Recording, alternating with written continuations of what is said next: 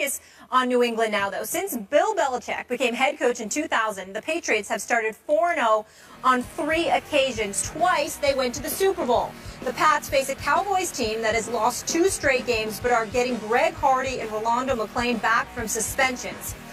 Skip, do you give your Super Bowl pick, your beloved Cowboys, a shot against your other Super Bowl team, New England? That's a good question, Molly. And I don't have a great answer, but I'm just going to give it to you straight, Stephen A. Smith. My Dallas Cowboys have no shot against the New England Patriots. Thank you. They have 0 shot. They have no chance shot against Tom Brady and Bill Belichick and company coming to Jerry World. Let's think about this. Bill Belichick with 2 weeks to prepare against my Dallas Cowboys coming off a bye week. Tom Brady, who's on a mission to deflate every opponent on his schedule, if not annihilate every opponent. Next up, my Dallas Cowboys.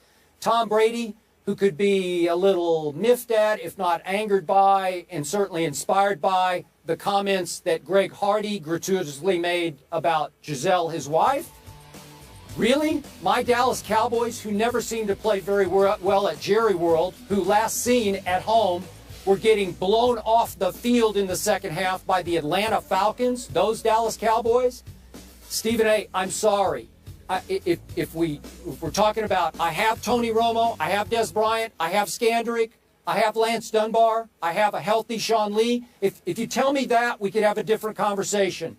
But Greg Hardy's return, Rolando McClain's return, will not make that much difference against the best quarterback in all of pro football and the most explosive offense in all of pro football. Now, the only hope I do have is that New England has been giving up an NFL worst 4.9 yards per rush by the opponent. But the last couple of games, I got to tell you, my offensive line has not been winning the line of scrimmage. They're supposed to be the quote-unquote best offensive line. I challenge you, offensive linemen, show me. Don't tell me, show me this Sunday against a New England defense that's a little vulnerable that way. Show me Joseph Randle. Show me Darren McFadden. Show me Kristen Michael. I don't know, somebody show me, because I'm not buying it. I don't think that will be a big factor in this game. The New England Patriots are averaging 40 points a game, and I think they're going to get 40. I'll give Brandon Weeden, who's played a little better than I thought he could, I'm going to give him 20. But Stephen A., would I love to see my Cowboys win this game? Sure I would. Did I pick them to beat Atlanta and then win at New Orleans to try to bank 2 more wins to get to 4-0 and then just try to ride out the storm before Romo and Dez come back? I picked them, and they came up short both times. Fought hard, at least for a half against Atlanta, and took it to overtime at New Orleans, but it wasn't enough. So now, I'm sorry, I see New England 40, Dallas 20. Well, you know, let me say this, Skip Bayless. I'm so proud of you. I mean, I'm touched. I'm touched that, you know, you just came to your senses at least with one topic for this show.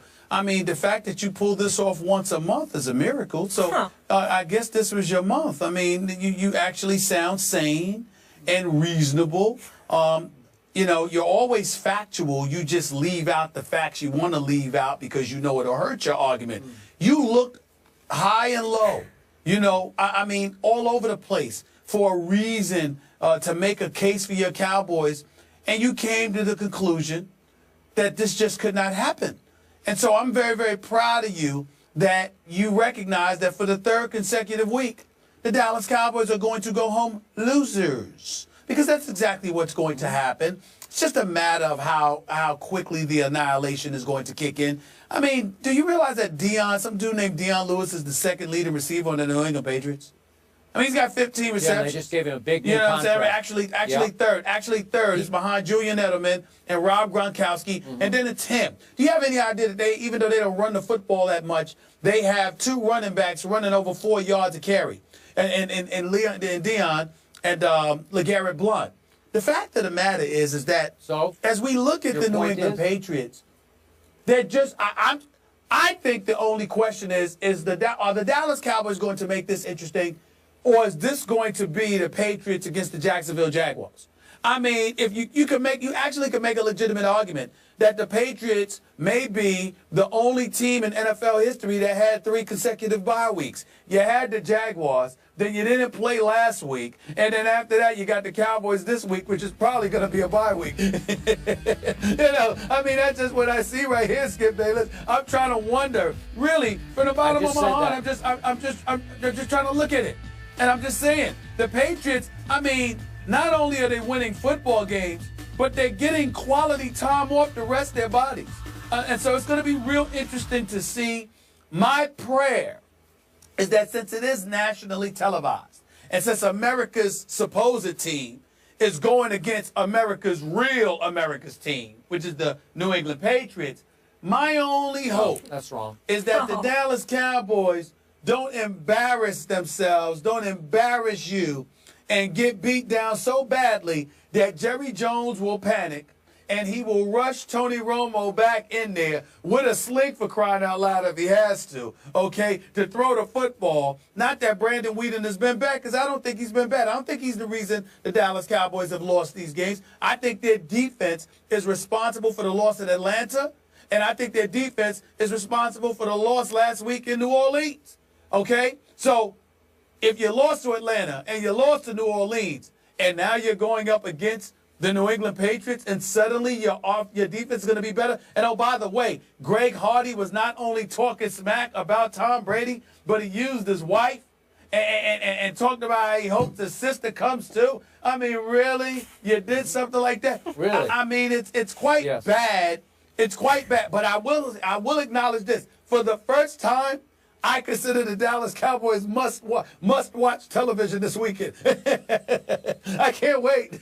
I just can't wait. It's going to be a beautiful, beautiful thing, Skip Bayless. I'm going to have a ball. I'm going to have my popcorn ready. I'm going to have my popcorn ready, Skip. Yeah. Let me jump in here to interrupt your act that you're putting on, your shtick.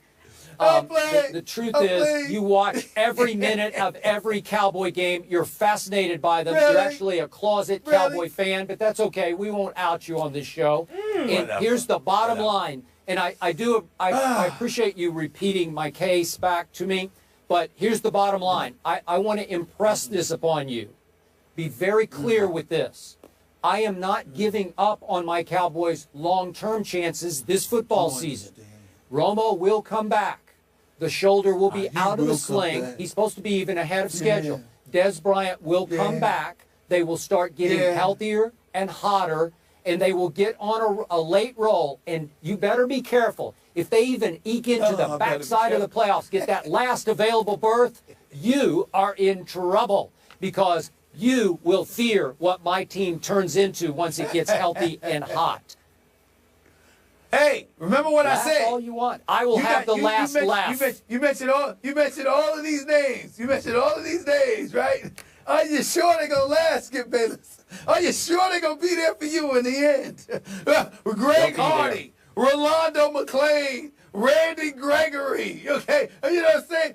Sean Lee, he'll eventually be back. Tony Romo, he'll be back. You're sure they're going to be there for you, Skip Bayless? Are you sure? They'll be there for me. I trust them.